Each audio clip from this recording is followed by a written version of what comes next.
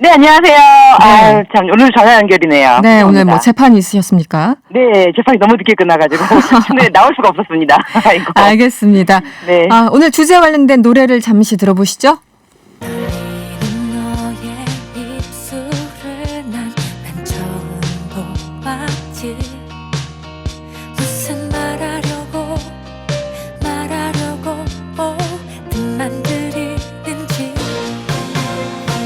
슬픈 예감은 다 맞는 한 노래 가사처럼 설마 아니겠지 아닐 거야 아니어야만 돼. 벌써 넌 나를 지금 들으신 곡은 다비치의 안녕이라고 말하지 마 노래인데요. 오늘은 어떤 사건일까? 오늘 사건 제목을 보니까 사기 논란에 휩싸인 머지 포인트이군요. 머지 포인트. 네. 소비자가 지금 굉장히 혼란에 빠졌다라는 기사들이 오늘 많이 나왔는데 어떤 일이 있었습니까?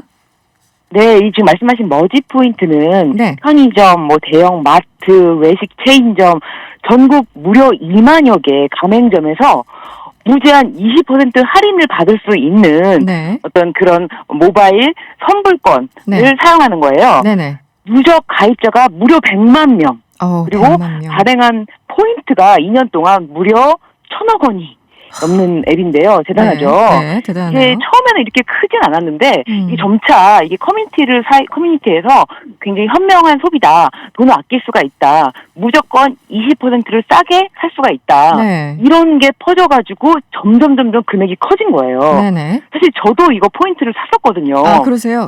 네. 과거에. 이게 네. 예, 샀었는데, 대형마트에서 사용을 하려면은, 대형마트에서는 매월, 총일제로 그 한도가 있는 거예요. 그러니까 제가 대형마트에 가서 살려고 하면은, 네. 다른 사람들이 만약에 먼저 사용했다면 저는 사용할 수가 없기 때문에, 월 초가 되면 또 머지 포인트 들어가는 날, 뭐 이렇게 해서, 머지 포인트를 그런 식으로 정말 많은 사람들이, 네네. 사용했는데, 네. 이게 갑자기 이제, 포인트 판매를 중단하면서 네. 이 소비자들이 도대체 어떻게 된 거냐, 내 돈을 환불받을 수가 있는 거냐, 사용할 수 있는 가맹점들이 막 빠지고 있는 네. 그런 상황입니다. 그래서 지금 그러니까 이 머지 포인트를 가지고 살 수 있는 곳이 예를 들어 한 200곳 정도 있었으면 네. 지금은 한 20곳 정도로 이렇게 줄었다고 하는데 맞습니까? 네, 네, 그렇습니다. 지금 이 머지 포인트 판매를 더 이상 하지 않기 때문에 네네. 앱에서도 그 판매를 중단했고 소비자들이 도대체 무슨 일이지라고 알기 전에 이미 이 가맹점들이 빠졌는데 그 이유는 이 머지 포인트 자체가 이게 아무래도 이제 본인들은 상품권을 발행한다라고 생각해서 네. 영업을 했는데 네네. 금감원에서 보니까 이거는 단지 상품권을 발행하는 것이 아니고 선불 지급 수단으로 이것을 활용하는 것이다. 그렇기 때문에 이거는 전자금융업자로 등록을 해야 되는데 네. 지금 미등록 상태 아니냐. 그러니까 이거는 문제가 있다라고 제시를 했고, 네. 근데 머지 포인트 측에서는 그 문제를 수용해서 네. 우리가 좀 미숙하게 대응한 면이 있는 거지, 이것이 결코 뭐 파산이라든지 이런 거는 지금 루머일 뿐이다. 그렇지 네. 않다라고 또 인터뷰를 했어요. 지금 그 공식적인 입장이 나왔군요. 네. 어찌됐든 조건 없는 무제한 20% 할인 한마디로 네.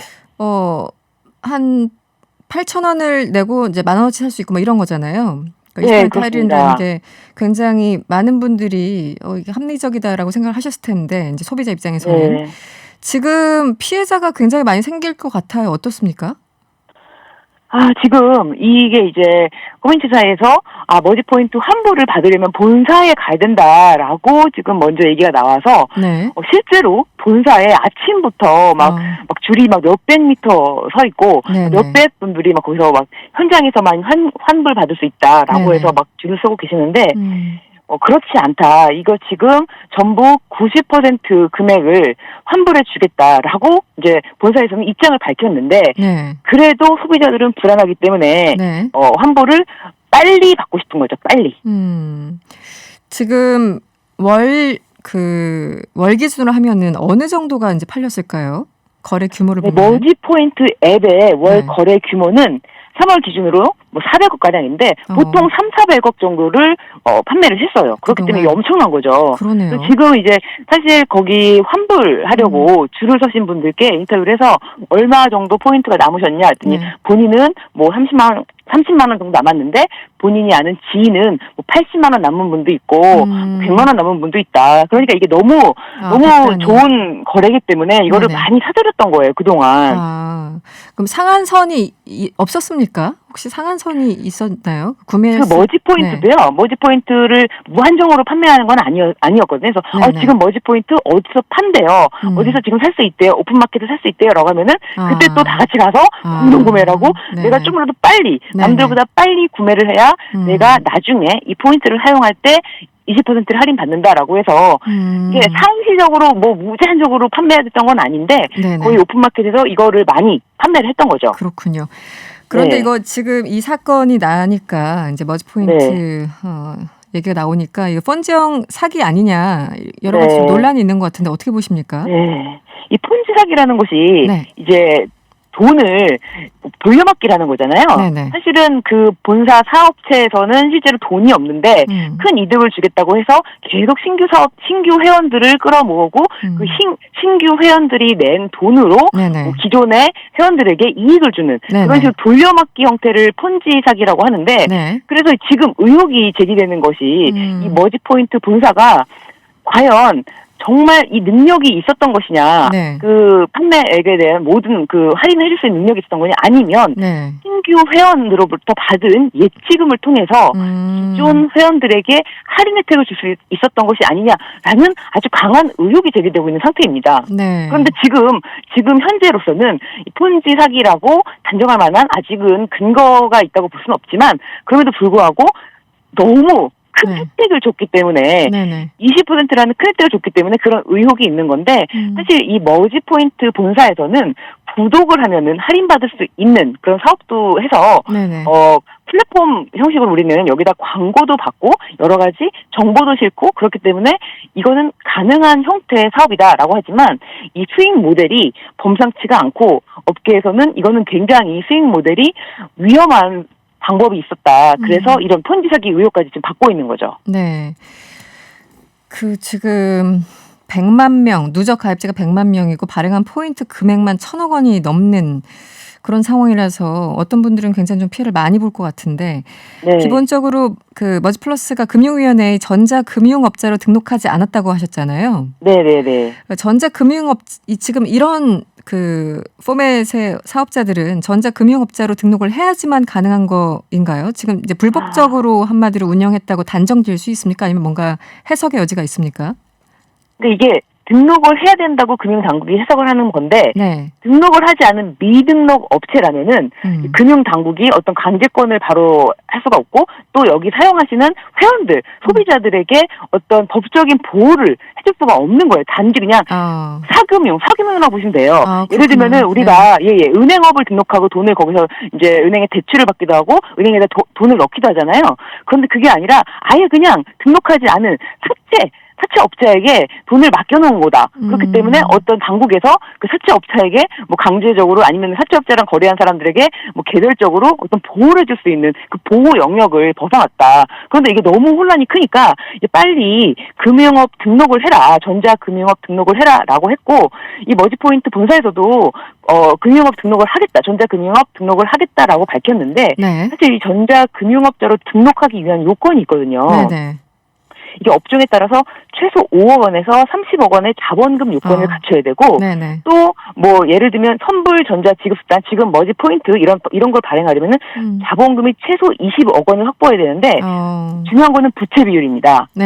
부채 비율이 200% 이내로 유지해야 되는데 지금 그 머지 포인트 본사가 우리 자본금은 확보했다라고 밝혔는데 아직 부채 비율에 대해서 밝혀진 바가 없어서 이 부분을 전자금융업으로 등록하려면은 이 부분을 확보를 해야 되겠죠. 밝혀야겠죠. 그러니까 자본금 20억 원이 기본 있어야 되고 또 부채 비율이 200% 이하여야 되는데 앞부분은 충족했다고 밝혔지만 지금 부채가 얼마인지 이게 300%인지 확인되지 400% 확인되지 않았다. 네네네. 네, 그래서 이제 더 불안한 거고.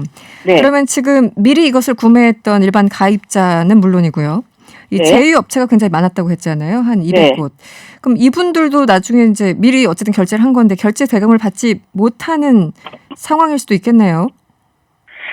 그게 좀 지금 위험한 상황입니다. 네네. 그러니까 지금 단지 소비자뿐만이 아니고 그렇죠.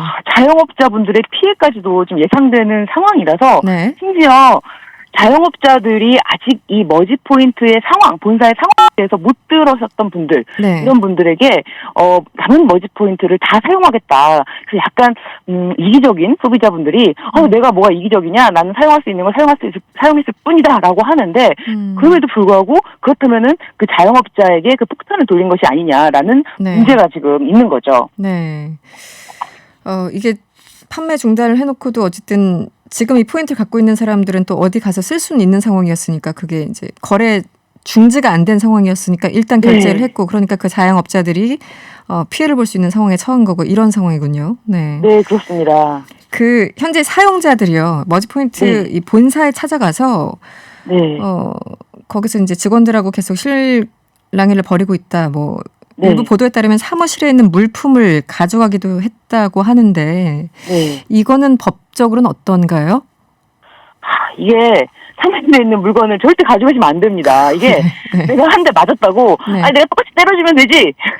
이게 안 되거든요. 내 물건 손에 입혔다고 너 물건도 손에 입히겠다. 이게 안 되거든요. 법에서는. 그렇기 때문에 이런 거는 또 다른 법적으로 저촉이 되는 행위이기 때문에 이런 문제까지 또 휘말리시면 더 힘드시잖아요. 이런 거는 안 하시는 게 좋습니다.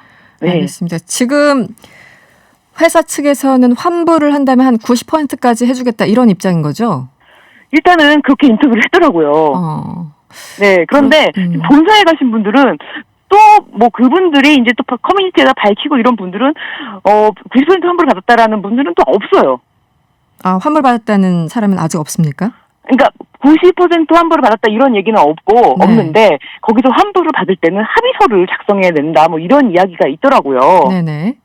근데 또 합의서를 작성하는데 합의서를 작성해야지만 마치 환불을 받는 것처럼 이렇게 이제 계속 커뮤니티 상에서 이야기가 돌다 보니까 실제로 거기서 막 환불 그 합의서에다가 대피를 좀 해달라 나 대신 대피까지 부탁하고 한다고 지금 아주 난립니다. 네, 인터넷상에서 여러 가지 금융위원회가 그동안 뭐 하고 있었는지 잘 모르겠네요. 네, 알겠습니다.